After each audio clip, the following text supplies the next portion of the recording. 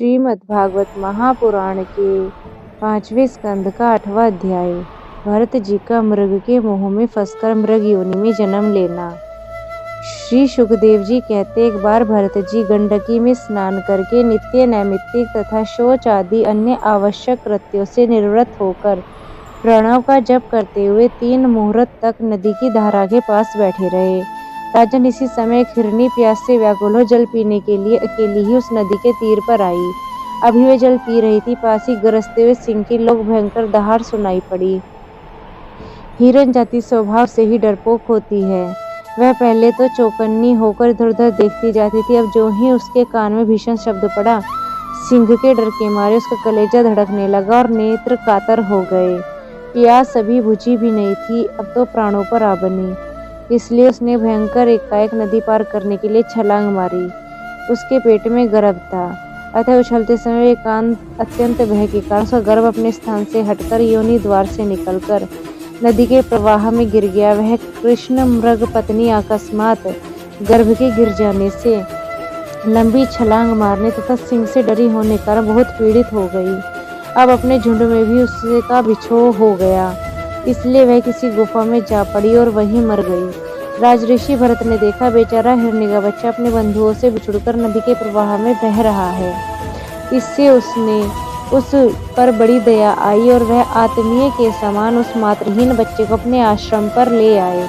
उस मृग छोने के प्रति भरत जी की ममता उत्तरोत्तर बढ़ती ही गई। वे नित्य उसके खाने पीने का प्रबंध करने, व्याग आदि से बचाने, लाड़ लड़ाने और पुचकारने आदि की चिंता में डूबे रहने लगे। कुछ ही दिनों में उनके यम और नियम और भगवत पूजा आदि आवश्यक कृत्य एक एक करके छूटने लगे और अंत में भी छूट गए। उन्हें ऐसा विचार रहने लगा, अहो कैसे खेद की बात है, इस बेचारे दीन मृग छोने को काल चक्र के वेग ने अपने झुंड सुहृद और बंधुओं से दूर करके मेरी शरण में पहुंचाया है। यह मुझे ही अपना माता पिता, भाई, बंधु और यूथ के साथी संगी मानता है। इसका मेरे सिवा और किसी का पता नहीं है और मुझ में इसका विश्वास भी बहुत है। मैं भी शरणागत की उपेक्षा करने में जो दोष है उसे जानता हूँ, इसलिए मुझे अब अपने इस आश्रित का सब प्रकार की दोष बुद्धि छोड़कर अच्छी तरह पालन पोषण और प्यार दुलार करना चाहिए। निश्चय ही शांत स्वभाव और दीनों की रक्षा करने वाले परोपकारी सज्जन ऐसे शरणागत की रक्षा के लिए अपने बड़े से बड़े स्वार्थ की भी परवाह नहीं करते। इस प्रकार उस हिरन के बच्चे में आसक्ति बढ़ जाने से बैठते, सोते, टहलते, ठहरते और भोजन करते समय भी उनका चित्त उसके स्नेह पाश में बंधा रहता था। जब उन्होंने कुश, पुष्प, समिधा, पत्र और फल मूलादि लाने होते थे तो भेड़ियों और कुत्तों के भय से उसे वे साथ लेकर ही वन में जाते। मार्ग में ही जहाँ तहाँ कोमल घास आदि को देखकर मुग्ध भाव से वह हरिणा शावक अटल हो जाता तो वे अत्यंत प्रेम पूर्वक हृदय से दयावश उसे अपने कंधे पर चढ़ा लेते। इस प्रकार कभी गोद में लेकर, कभी छाती से लगाकर उसका कभी दुलार करने लगते। उन्हें बड़ा ही सुख मिलने लगा। नित्य नैमित्तिक कर्मों को करते हुए राजराजेश्वर भरत बीच बीच में उठकर उस मृग बालक को देखते और जब उनकी दृष्टि पड़ती तब उनके चित्त को शांति मिलती। उस समय उसके मंगल की कामना करते हुए वे कहने लगते, बेटा तेरा सर्वत्र कल्याण हो। कभी यदि वह दिखाई नहीं देता तो जिसका धन लुट गया उस दीन मनुष्य के समान उनका चित्त अत्यंत उद्विग्न हो जाता और फिर वे उसी हिरनी के बच्चे के विरह से व्याकुल व संतप्त हो करुणा वश अत्यंत उत्कंठित और मोह आविष्ट हो जाते तथा शोकमग्न होकर इस प्रकार कहने लगते, अहो क्या कहा जाए, क्या वह मातृहीन दीन मृग शावक दुष्ट बहेलिये की सी बुद्धि वाले मुझ पुण्यहीन अनार्य का विश्वास करके और मुझे अपना मानकर मेरे किए हुए अपराधों को सत्पुरुषों के समान भूलकर फिर लौट आएगा? क्या मैं फिर इस आश्रम के उपवन में भगवान की कृपा से सुरक्षित रहकर निर्विघ्न हरी हरी धूप चढ़ते देखूंगा? ऐसा न हो कि कोई भेड़िया कुत्ता गोल बांधकर विचरने वाले सूकर आदि अथवा अकेले घूमने वाले व्याघ आदि उसे खा जाएं। अरे संपूर्ण जगत की कुशल के लिए प्रकट होने वाले वेद त्रयी रूप भगवान सूर्य अस्त होना चाहते हैं, किंतु अभी तक वह मृगी की धरोहर लौटकर नहीं आई। क्या वह हरिण राजकुमार मुझ पुण्यहीन के पास आकर अपनी भांति भांति की मृग शावकों चवित मनोहर एवं दर्शनीय क्रीड़ाओं से अपने स्वजनों का शोक दूर करते हुए मुझे आनंदित करेगा। अहो, जब कभी मैं प्रणय कोप से खेल खेल में झूठ मूठ समाधि के बहाने आंख मूंद कर बैठ जाऊंगा, तब वह चकित चित्त से मेरे पास आकर जल बिंदु के समान कोमल कोमल और नन्हे नन्हे सींगों की नोक से किसी प्रकार मेरे अंगों को खुजलाने लगेगा। मैं कभी कुशों पर हवन सामग्री रख देता तो वह उन्हें दांतों से खींचकर अपवित्र कर देता, तो मेरे डांट डपटने पर वह अत्यंत भयभीत हो उसी समय सारी उछल कूद छोड़ देता और ऋषि कुमार के समान अपनी समस्त इंद्रियों को रोककर चुपचाप बैठ जाता। फिर पृथ्वी पर मृग शावक के खुर के चिन्ह दिखने लगते।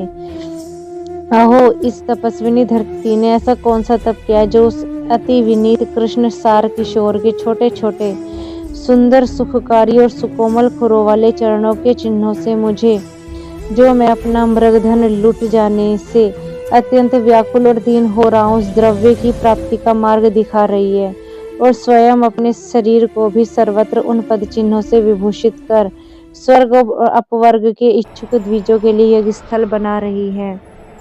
चंद्रमा में मृग का सा श्याम चिन्ह देखकर उसे अपना ही मृग मानकर कहने लगते, अहो, जिसकी माता सिंह के भय से मर गई थी, आज वही मृग शिशु अपने आश्रम से बिछुड़ गया है। अतः उसे अनाथ देखकर क्या ये दीन वत्सल भगवान नक्षत्रनाथ दयावश उसकी रक्षा कर रहे हैं।